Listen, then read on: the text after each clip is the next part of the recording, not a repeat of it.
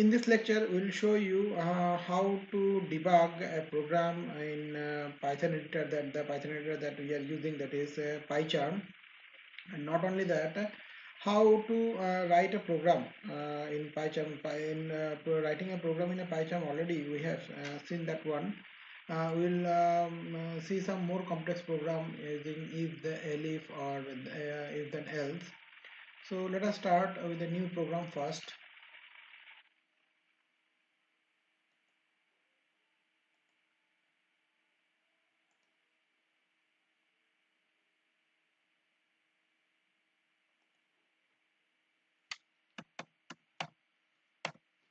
Program is test I think 7. So suppose I am giving some value equal to 2,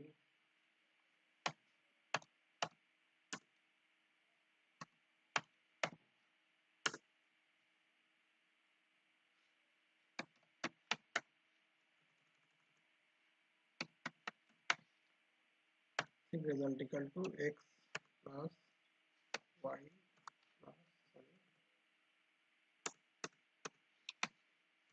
sorry, plus z. Right now I want to print that one.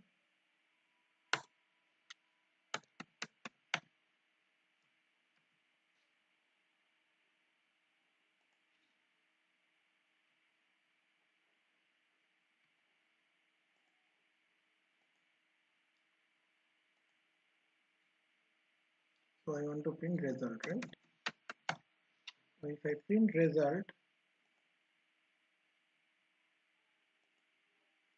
so when you are running from the console, it will show you available programs that in your work place, and which programs you have already run and debug and tested, and the program that you are right now going to debug, which is not debug and compiled and run. So that program will also, it will also show. So I want to run a 7 only. So when I am running 7, then it is showing me the result that is 10. So that result is showing that is fine, it is working fine. Now let us check that if there is any error happens, that case if I want to dry run the entire programming systems, that how it will work actually. So to check the debug options, go to run and then debug, and which program you want to debug. And before debugging, you have to give a point, that is a thread point, that it is called thread point, from where it will start the dry run. So you just have to click beside a line.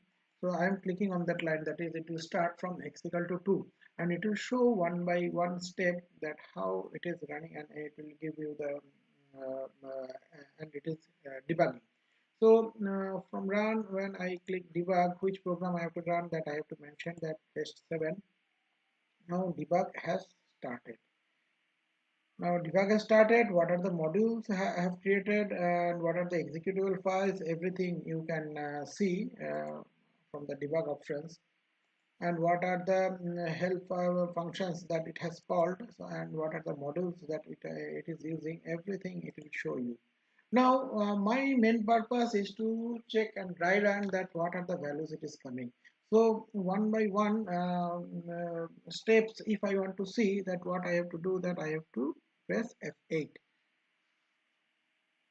So when I am pressing F8, in the first instance, it is showing that the first value x, the x is a variable, and that variable 2 has taken. 2 is showing. Next is, if I press F8 again, then it is showing that another variable y is taken, and that is an integer, and in this integer variable 3, the value is assigned. Next, if I again press F8, then it will show that z has been taken as an another variable, and on that z 5 is stored. Now ultimately it will show you the result. In the resultant value, it is showing you that x plus y plus z that are added, and that value is put on result, and then printing that value. My debug is completed.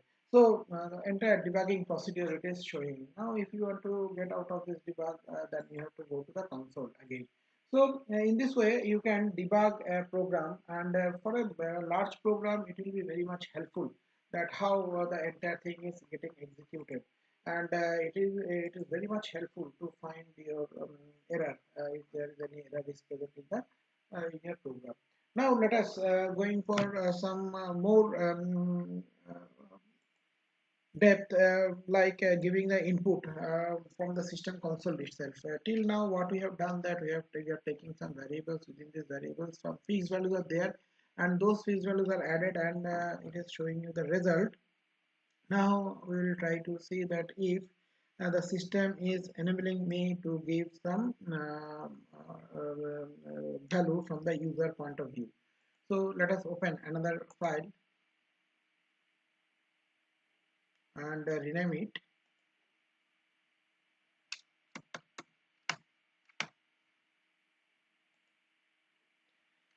Now to take an input, what I have to do, that I have to write input, then suppose enter the first value.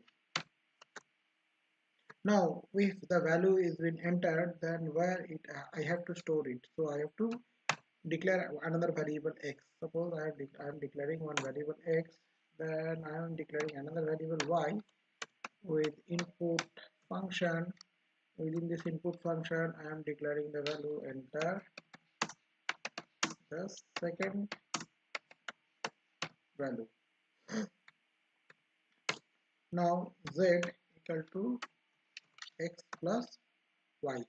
So this should be the result. Then the first what the program will do, that it will first ask the user to provide the first value, then the second value, then ultimately that value will be added, and that added value will be shown to you. This is the basic concept. Now let us run this program. Now if I run this program, run test 8, as earlier also we have shown you that all the programs have been compiled but test except test 8. Now we are compiling test 8. Now it is showing that enter the first value, and I am entering the first value, suppose 45. Now enter the second value, again I am entering suppose 35. The added value should be 80. Now it is not showing. Okay, the error, it is showing that z has been added, but we have not printed that value. We have to print z, right? You have to print z, sorry, you have to print z. Now we have written. Now run this program again. Enter first value, that is 45, second value, that is 35. Now unfortunately it is showing that 45 35. Why it is so? Because of whatever value I am writing, the same value it is concatenating and it is showing.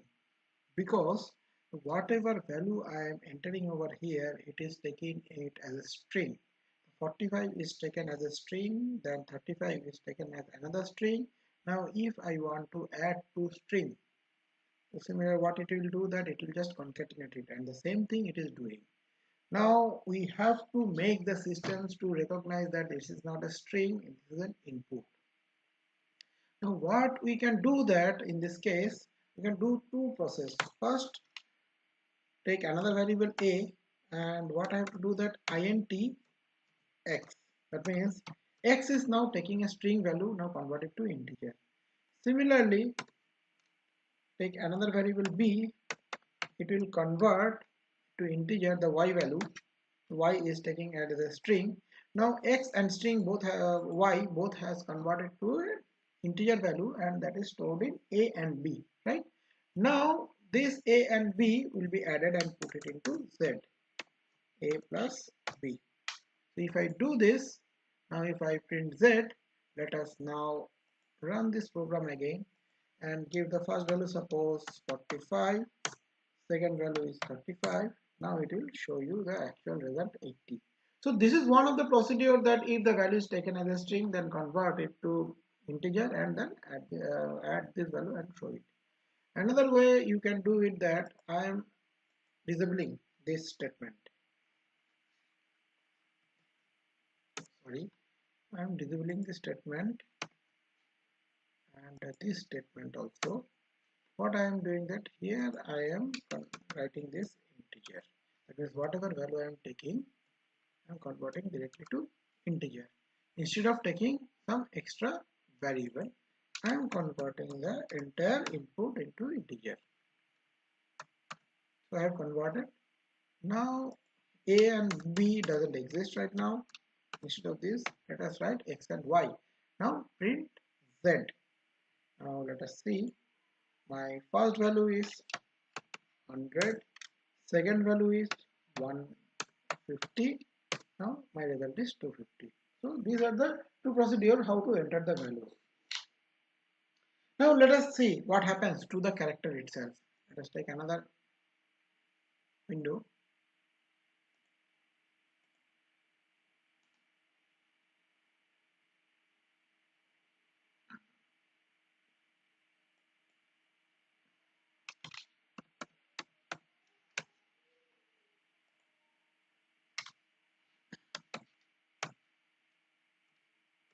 Suppose I have taken ch, and by default I know that it will take it as a character. Enter the character. Now print ch, right?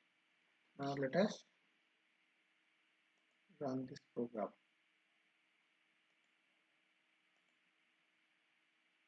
Now it is asking me to print the character. I am printing the character as D. Now it will print D.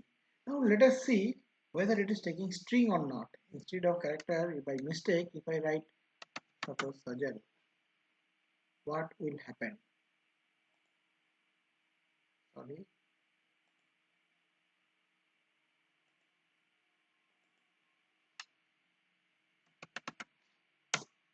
So it is still printing Sajal, right? So what will happen that whenever I am entering a character, instead of taking a character, it is taking the entire string, because whatever array size it has been taken. So within array size, it's supposed to take the character values, character with the index number 0 positions, right? So apart from this, whatever value I am adding, all the values it will start printing. So to print the exact value, by default, by mistake, if somebody is writing the string instead of a character, that case, to avoid such problems, what should you do? That whatever character or string I am entering, it should take the 0th index value of the entire character. So if I do this, now if you write by mistake Sajal, Shah, whatever it may be, it will just only print S, because it has been told to print the first index value of the character.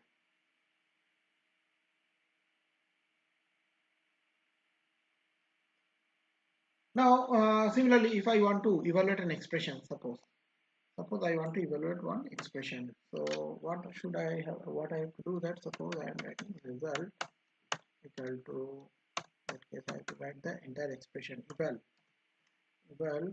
Now enter the expression.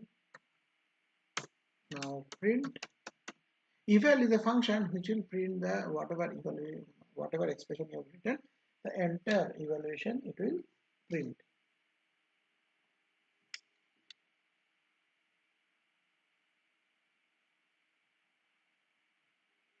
Now print result. Now let us see what it will print.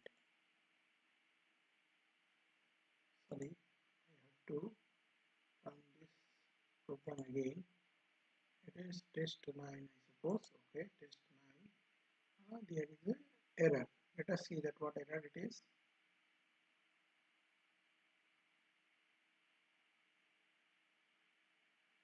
Oh, I have to take the input, right? I forgot to take the input. Take it as an input.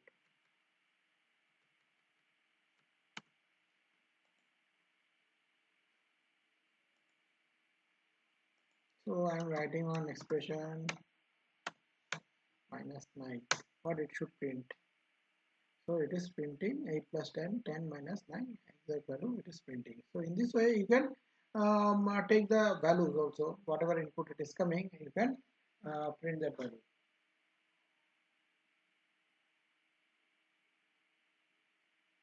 Now let us coming to the if then else branching statement. That means if I want to process two way, that means if this condition satisfied, then it will go in one section of a program, and if it is not satisfied, then it will go to the another section of a program.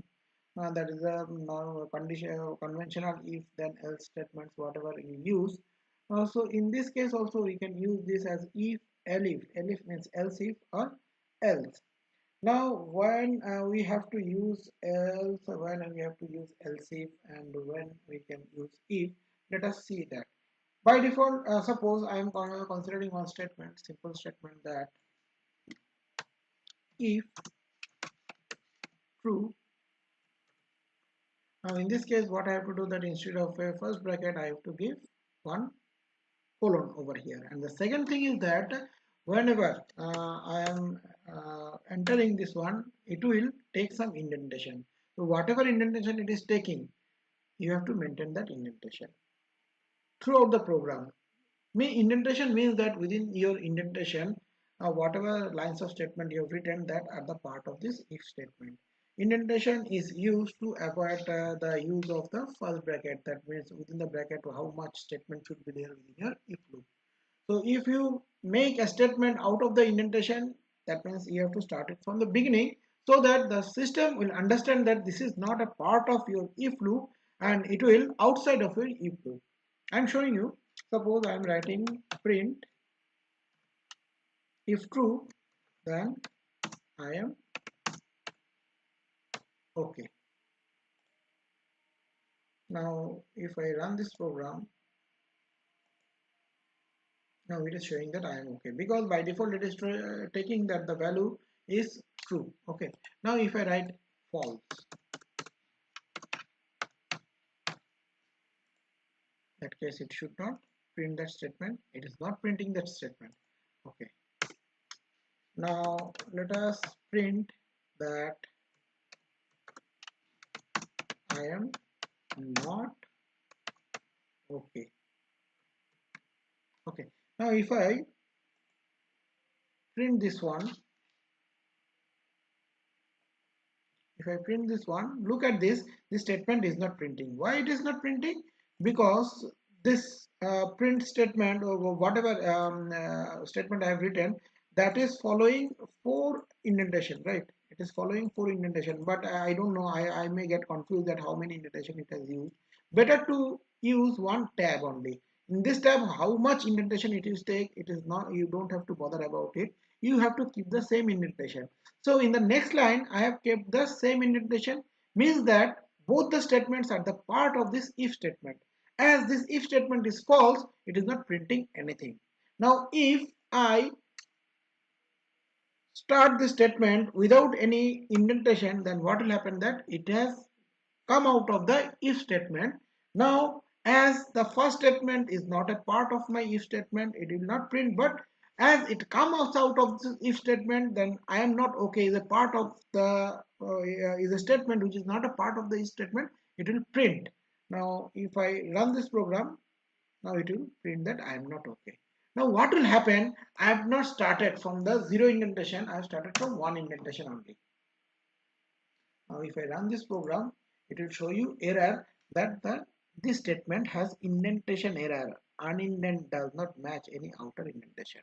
Means that after the if statement, the next statement should start from zero indentation or start from the indentation level where you have written your if statement. I hope you have understood this one.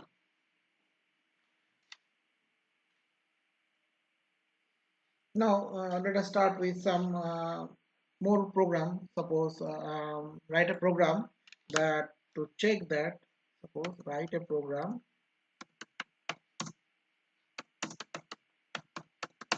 to check whether a number is even or odd. Now I am taking an input from the system itself, that int input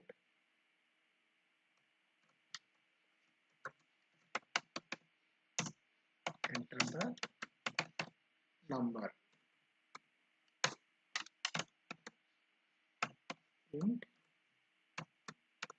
x. first run this program. So it is asking for entering the number and it is printing that number. Okay, after this much is okay. Now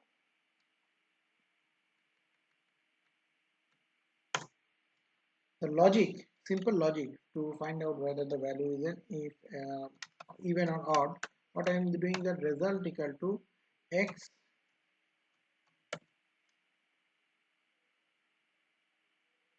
percentage 2, means that whether it will find out dividing x by 2 and to find out the remainder. If the remainder value is 0, the number is even, and the remainder value is non-zero, then number is odd. This is the basic concept. Now if I have to write the result equal to, sorry, there should not be any bracket actually. If result equal to 0 colon print the number is even, I'm not writing anything. If it is not there, then the number is odd. As I have started it from the zero indentation, so it is not a part of my if statement. Okay, now let us run this program. Now enter the number. I am entering the number as 19. Now what it will do, that the number is odd. Let us debug it, then it will help us. Now debug test 9. I have started debugging. What I will do, that F8. So I am entering a number over here, suppose 13.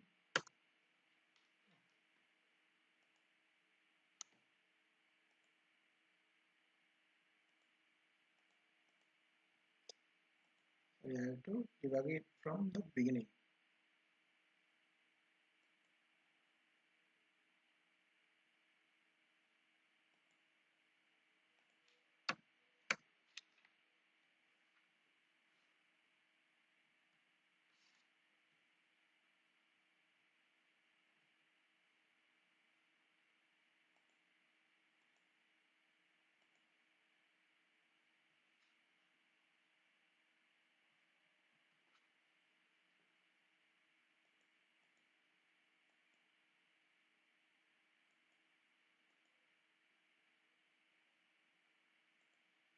So I have to check that why the debugging is not working. I will check it later.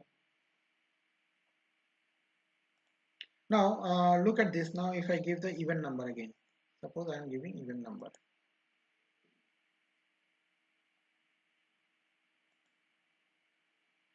So I am giving an even number. So that case what will happen, that it is printing that number is even as well as the number is odd. Why it is so? Because as the number I have given, that is a 12, that is an even number, and it is printing this one, and after that it is coming out of the loop, but it is not a part of the any condition, so it is printing both the lines. Okay, now to get out of this, what I can do, that I can put over here else, and after that I can print else, and after that I can print that the number is odd. Okay, so in that case it is not going to print both the lines. So what I am doing, that I am printing 12, sorry, I am printing 12. So it is printing only even number, the rest of the statement it is not printing. Now suppose if what will happen after that, if both the out of these two conditions, suppose I want something that if more than one if else statements are there, and in that case all the if then else statements it is going to check, and it will time consuming. So if I want something that if the if first if condition is not satisfying, so instead of checking it, all the statements, then I will play it under the else statement. Suppose I am giving one example,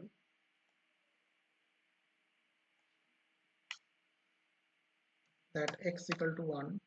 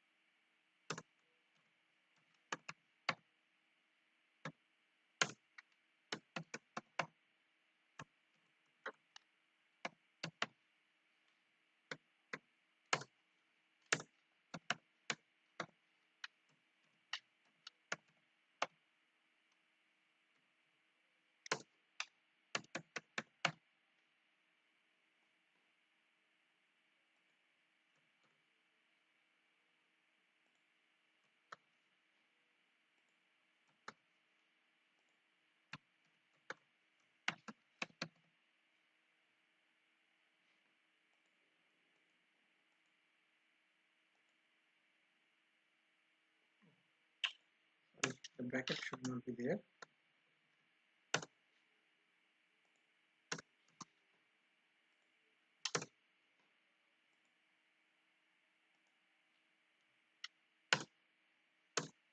So in this case, suppose I have given only x equal to 1. Okay.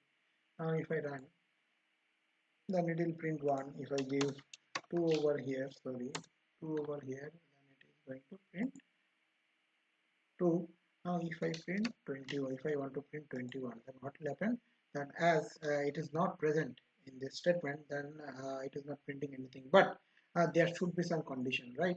So if the statement is 1, then it is going to print 1. If else if it is not 1, then it is going to print 2. Then else if it is going to print 3. Else what will happen? What should I give? That is print wrong input, right? Print wrong input. Now let us check this one. So as 21 is there, it should print wrong input. So in this way, we can check that the statements, if then else or else if